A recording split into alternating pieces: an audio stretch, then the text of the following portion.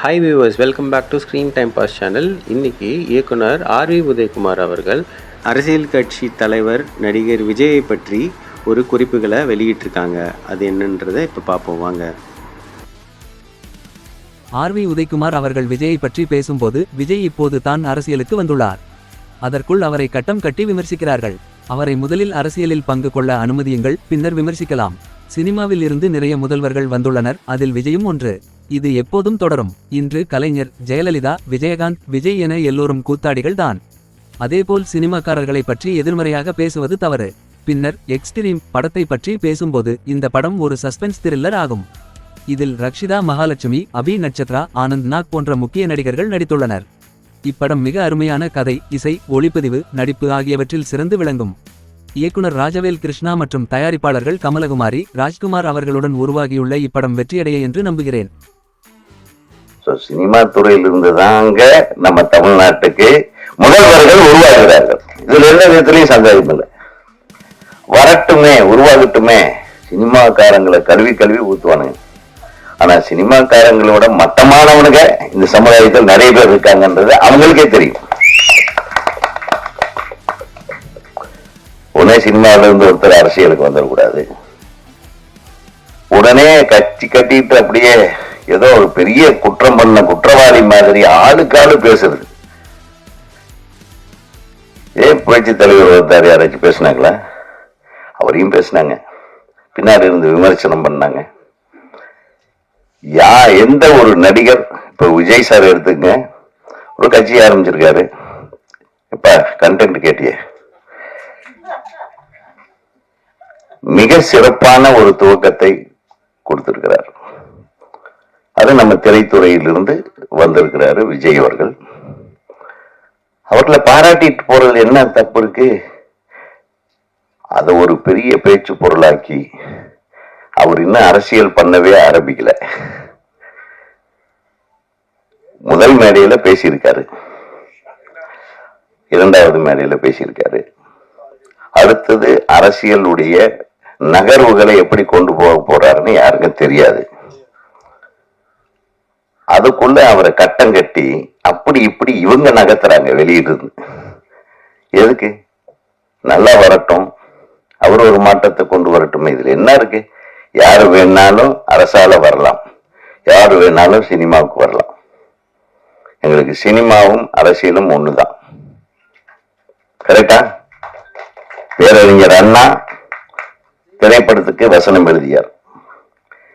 கலைஞர் அவர்கள் திரைப்படத்துறையிலே வசனம் எழுதினார், தயாரிப்பாளராக இருந்தார். புரட்சி தலைவர் உங்களுக்கு தெரியவே தெரியாது, சினிமா உலகையே ஆண்டவர். புரட்சி தலைவி அம்மா அவர்கள் சினிமா.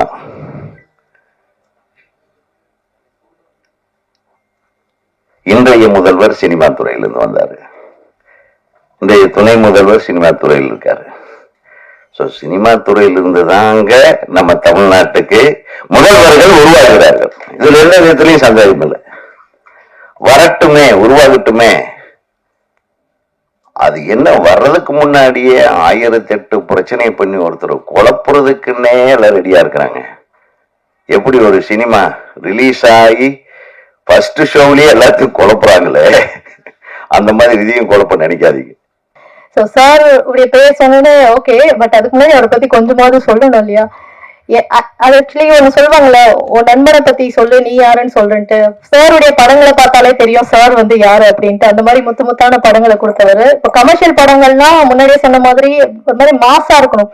சாருடைய படங்கள் வந்து செம்ம மாசா இருக்கும், ஆனா ஓவர் கமர்ஷியலா இருக்காது. அப்படியே ஒரு மாதிரி சூதிங்கா இருக்கும். அதுலயே எல்லாத்தையும் கன்வே பண்ணுவாரு. லவ், எமோஷன் அப்படின்ட்டு பல விஷயங்களை வந்து கன்வே பண்ணக்கூடிய ஒரு சிறப்பான இயக்குனர். 90s வந்து பயங்கரமா வளம் வந்த ஒரு இயக்குனரா இருக்காரு. இப்போ வந்து இயக்குனர்கள் சங்க தலைவரா இருக்காரு. உதயகுமார் சார் அவர்களையும் பேசுமாறு அன்புடன் அழைக்கிறோம்.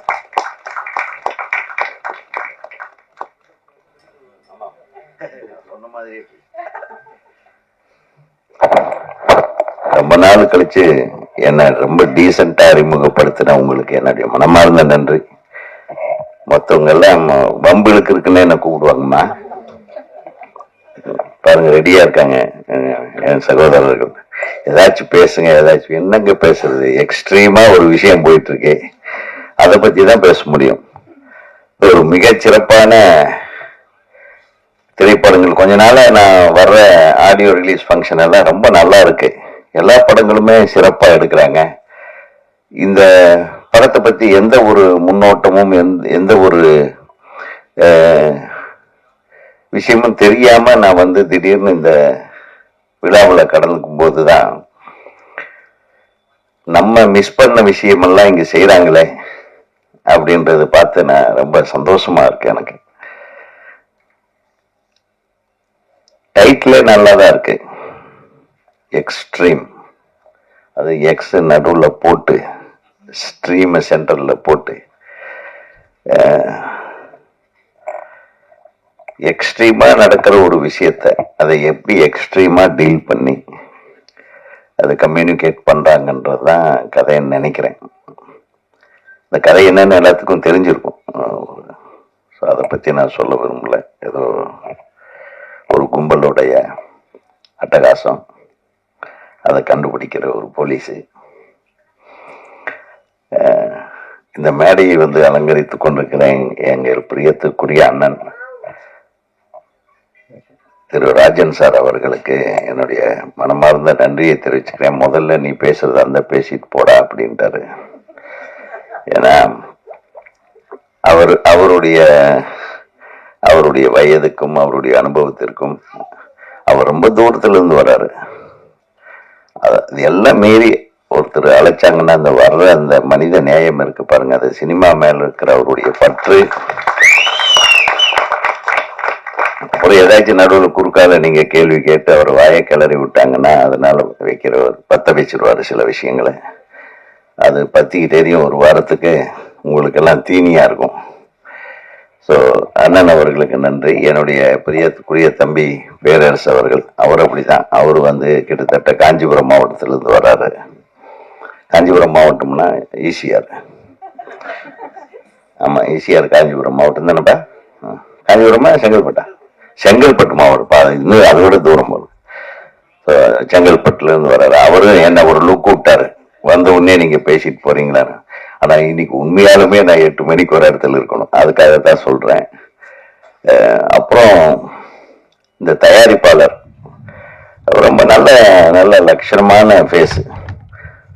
இந்த விஜயகாந்த், ரஜினிகாந்த் சார் இந்த வரிசையில அவர் ஒரு நல்ல சிறப்பான இடத்தை பிடிக்க, நடிகராகவும் பிடிக்க எனது திரைப்பட இயக்குநர்கள் சங்கத்தின் சார்பாக உங்களுக்கு வாழ்த்துக்களை தெரிவிச்சுக்கிறேன். ஏன்னா நீங்க நல்லா தான் பண்ணியிருந்தீங்க.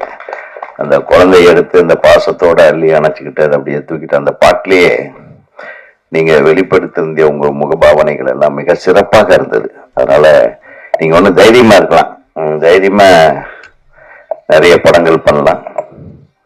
எங்க இயக்குனர் சங்கத்துல நிறைய இயக்குனர்கள் தம்பி மாதிரி இருக்காங்க.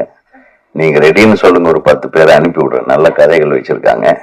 அவங்களுக்கு எல்லாம் வாழ்க்கை கொடுங்க. ஏன்னா சென்டிமெண்டா அந்த சீகர் என்ற வார்த்தைக்கு பொருள் என்ன பாத்தீங்களா? அந்த வின்னர் கூட நிறைய பேர் பயணிக்கணும்னு ஆசைப்படுறேன். அந்த பயணத்துல இப்போ மிக சிறப்பாக துவங்கி இருக்கிற நான் மிகவும் ரசிக்கிற ஒரு நடிகைன்னு சொன்னா அது ரக்ஷிதா. நான் உங்களோட ரசிகன் உண்மையிலுமே. அப்படிவா?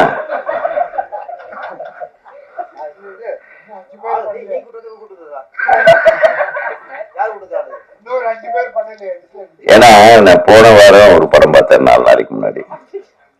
அதுலயும் ரக்ஷிதா சூப்பரா நடிச்சிருந்தாங்க. அதாவது வெரி வெரி டிஃபரெண்ட் கேரக்டர். அது நடிக்கிறது மிகப்பெரிய தைரியம் வேணும். இது ஆக்சுவலா இவங்களுடைய ஒரிஜினல் தைரியத்தோட இதில் நடிச்சிருக்காங்க.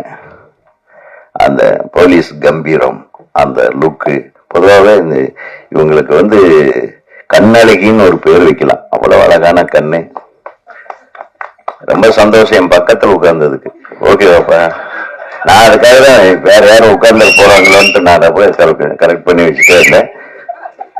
அப்புறம் பேரரசை இந்த பக்கம் உட்காந்து வச்சு உங்களுக்கு எல்லாம் வந்து மகிழ்ச்சியை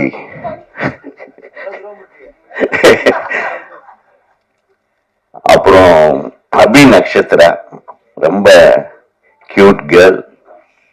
அவங்க நடிச்ச வெப் சீரிஸ் ஒரு மிகப்பெரிய பிரமாதமான வெற்றியை அடைந்திருக்கிறது.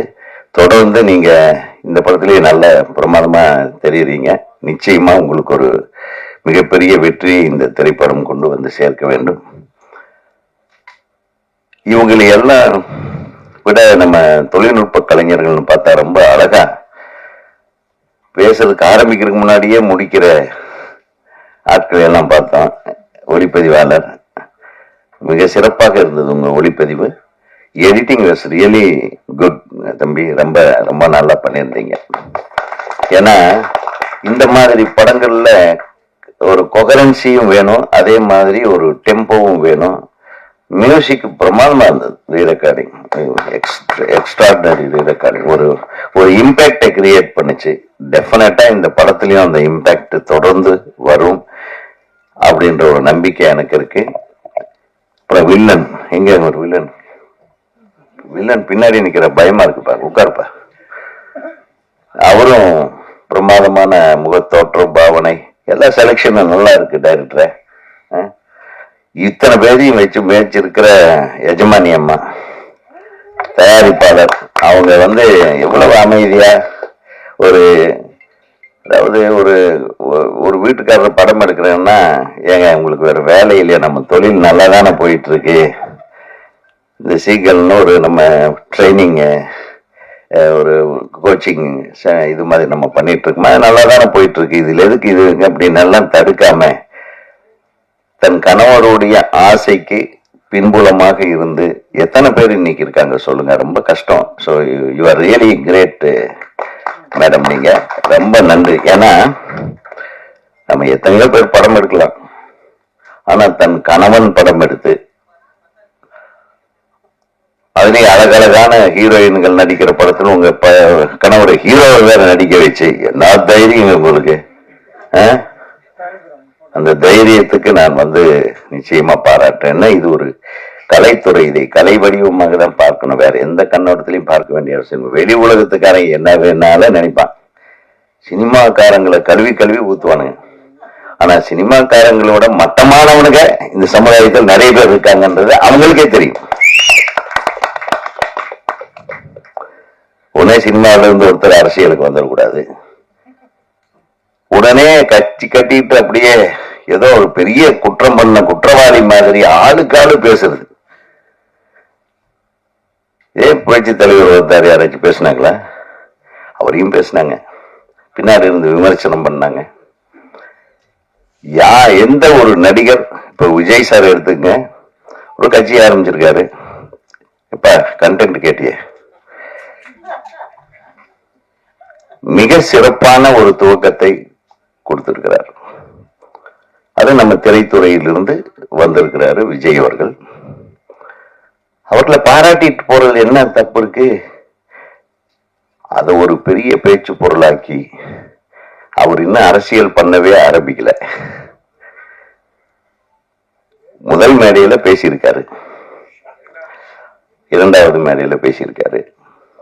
அடுத்தது அரசியலுடைய நகர்வுகளை எப்படி கொண்டு போக போறாருன்னு யாருக்கும் தெரியாது. அதுக்குள்ள அவரை கட்டம் கட்டி அப்படி இப்படி இவங்க நகர்த்துறாங்க வெளியிட்டு. எதுக்கு? நல்லா வரட்டும், அவர் ஒரு மாற்றத்தை கொண்டு வரட்டும். இதுல என்ன இருக்கு? யாரு வேணாலும் அரசால வரலாம், யாரு வேணாலும் சினிமாவுக்கு வரலாம். எங்களுக்கு சினிமாவும் அரசியலும் ஒண்ணுதான். கரெக்டா?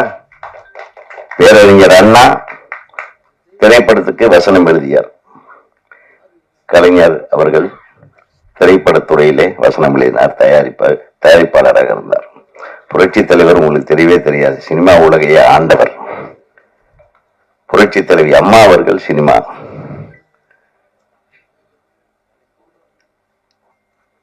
இன்றைய முதல்வர் சினிமா துறையிலிருந்து வந்தாரு, இன்றைய துணை முதல்வர் சினிமா துறையில் இருக்காரு. சினிமா துறையிலிருந்து தாங்க நம்ம தமிழ்நாட்டுக்கு முதல்வர்கள் உருவாகிறார்கள். இதுல எந்த விதத்திலையும் சந்தேகம் இல்லை. வரட்டுமே, உருவாகட்டுமே. அது என்ன, வர்றதுக்கு முன்னாடியே 1008 பிரச்சனை பண்ணி ஒருத்தர் குழப்புறதுக்குன்னே எல்லாம் ரெடியா இருக்கிறாங்க. எப்படி ஒரு சினிமா ரிலீஸ் ஆகி ஃபர்ஸ்ட் ஷோவிலேயே எல்லாத்தையும் குழப்புறாங்களே, அந்த மாதிரி இதையும் குழப்ப நினைக்காதீங்க. ஆக ஒரு சிறப்பான சினிமாவை எடுக்க வந்த சீகல் நிறுவனத்தோட தலைவர் அவர்களை நான் வாழ்த்த கடமைப்பட்டிருக்கிறேன். அவருடைய துணைவியார் அவர்களையும் வாழ்த்த கடமைப்பட்டிருக்கிறேன். இந்த திரைப்படத்தில் மிகச் சிறப்பான பங்கு, அதாவது இந்த வாரமே நமக்கு ரக்ஷிதா வாரம் அப்படின்னு கொண்டாடலாம் போல். அடுத்தது உங்க படம் ஏதாச்சும் இருக்கம்மா ஆடியோ ரிலீஸ், அதுக்கு கூப்பிட்டுரு, அதுக்கு யாராச்சும் சொல்லி ஆள் வச்சு கூப்பிட்டுருங்க. ஸோ இப்போ அருமையா ஒரு நீங்க முதல்லயே சினிமாவுக்கு வந்திருக்கணும். நீங்க சின்ன திரையிலேயே உங்களை அப்படியே கொண்டு போய் சேர்த்துட்டீங்க. நீங்க பெரிய திரைக்கு வந்திருந்தா நிறைய நடிகைகள் பயந்திருப்பாங்க. உண்மையிலுமே சொல்றேன். ஏன்னா அவ்வளவு அழகான முகம், நன்றாக நடித்திருக்கிற அந்த அந்த அந்த போஸ்லயே தெரியுது பாருங்க. அது ஒரு சிறப்பான திரைப்படத்தை நான் எதிர்பார்க்கவே இல்லை. ஒரு டைரக்டர் இவ்வளவு அழகா உன்னுடைய ஷார்ட்ஸ், இந்த மேக் கம்போசிங்கு, இந்த டைலாக்கு, இந்த ஸ்ட்ரக்சர், உன்னுடைய கிராஃப்ட்மேன்ஷிப் தெரியுது டைரக்டர் சார். ஸோ நீங்க இன்னும் திரைப்பட இயக்குனர் சங்கத்துல உறுப்பினர் ஆயிட்டீங்களா? ஆயிரணும். நாளைக்கு ஆள் அனுப்பி கரெக்டா நம்ம ஒவ்வொருத்தையும் சொல்றேன். சங்கத்துல சேர்ந்துட்டீங்கன்னா சங்கம் ஏதாச்சும் ஒரு பிரச்சனைன்னா உங்களுக்கு நிற்கும், இல்லைன்னா கஷ்டமாயிடும். அதனால அவரையும் நடிகர் சங்கத்தில் உறுப்பினர் ஆக்கிருங்க, நீங்க இயக்குனர் சங்கத்தில் உறுப்பினர் ஆக்கிருங்க. அடுத்து தொடர்ந்து இந்த சிறிய திரைப்படங்கள்லாம் இந்த வருடம் மிகப்பெரிய வெற்றிகளை கண்டிருக்கிறது. நீங்க எதுவும் பயப்படவே வேண்டாம். பெரிய பெரிய மெகா பட்ஜெட் படங்களை விட குறைந்த செலவில் எடுக்கக்கூடிய திரைப்படங்கள் எல்லாம் வெற்றி படங்களாக ஆயிருக்குன்னா நம்ம ரசிகர்கள் எவ்வளவு அழகான ரசிகர்கள், நல்லதை ரசிக்கக்கூடிய ஒரு ஒரு அமைப்பான ரசிகர்கள் இருக்கிறார்கள் என்பதை மட்டும் தெரிந்து கொள்ள வேண்டும். அதாவது நல்ல படங்கள், நீங்க சொன்னீங்க இந்த கண்டென்ட் ஒன்று இருக்குன்னு சொல்லிட்டு, அந்த கண்டென்ட் நிச்சயமா ஜனங்களுக்கு ரீச் ஆகும். ஏன்னா அந்த அளவுக்கு இந்த படத்துல எனக்கு என்ன தோணும், இந்த படம் ஒரு பெரிய ஹிட் ஆகும், எல்லாரும் பரபரப்பா பேச வைக்கக்கூடிய ஒரு படமா இது மாறும்னு எனக்கு தோணுது. அது தோன்றதை சொல்றேன். இறைவன் அருளால் இந்த திரைப்பட தயாரிப்பாளர்களும் தொழில்நுட்ப கலைஞர்களும் இதில் நடித்திருக்கிற அனைத்து நடிகர் நடிகைகளும் நிச்சயமாக வெற்றி பெற வேண்டும். உங்கள் பாராட்டுகளை பெற வேண்டும். எங்கள் சகோதரர்கள் நல்ல விஷயத்தை வேகமா கொண்டு போய் சேர்த்துருவாங்க. நம்ம நண்பர்கள் இல்லாத சில ஊடகங்கள் தப்பா கொண்டு போய் சேர்ப்பாங்க, அது வேற விஷயம். அதை பத்தி எல்லாம் கவலைப்படாதீங்க. ஸோ நம்ம நண்பர்கள் நிச்சயமாக உங்களை வாழ்க வாழ்க என்று வாழ வைக்கத்தான் அவர்கள் இங்கே வந்திருக்கிறார்கள். ஆகவே அவர்களுக்கும் எனக்கு நன்றி செலுத்திக் கொண்டு என்னுடைய உரையை முடிக்கிறேன். வாழ்க வெல்க எக்ஸ்ட்ரீம். நன்றி சார். அடுத்ததாக தமிழ்நாடு திரைப்பட இயக்குநர்கள் சங்கம் சார்பாக எக்ஸ்ட்ரீம் படத்துடைய இயக்குனர் மற்றும் தயாரிப்பாளர்களுக்கு இயக்குனர் சங்க தலைவர் அவர்கள் தற்போது பொன்னாடை போர்த்தி மரியாதை செய்வார்கள்.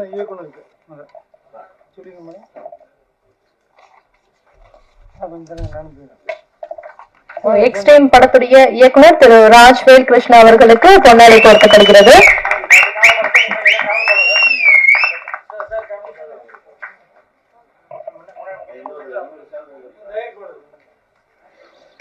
அடுத்ததாக எக்ஸ்ட்ரீம் படத்துடைய தயாரிப்பாளர் திரு ராஜ்குமார் அவர்களுக்கு இயக்குனர் சங்க தலைவரும் செயலாளர் அவர்கள் தற்போது பொன்னாடை போர்த்தி மரியாதை செய்கிறார்கள்.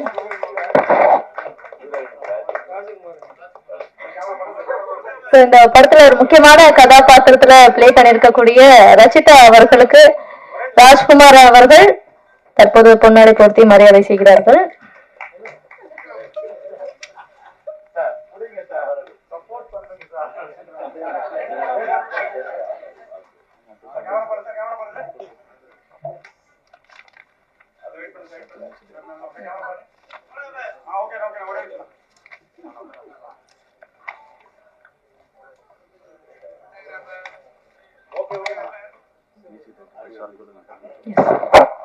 Thank you sir, thank you so much.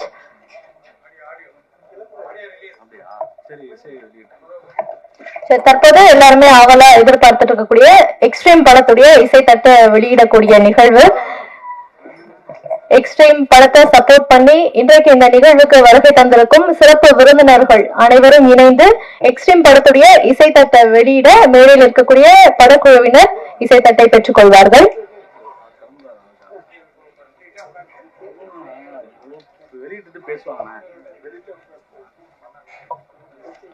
தொடர்ந்து நம்மளுடைய சிறப்பு விருந்தினர்கள் எல்லாருமே பேச இருக்காங்க. அதுக்கு முன்னாடி இசைத்தட்டை வெளியிடும் நிகழ்வு. முன்னாடி இருக்க யாருமே எந்திரிக்க வேணாம் பிளீஸ்.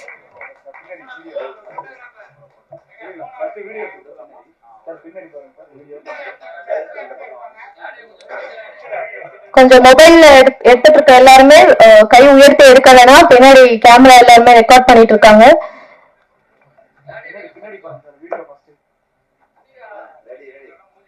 வீடியோ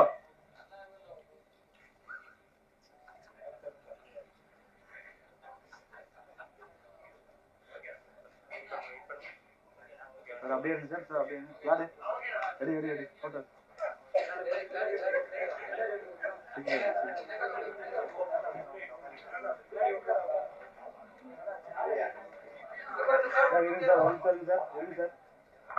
எடுத்துட்டு உட்காந்துங்க ராஜேஷ்.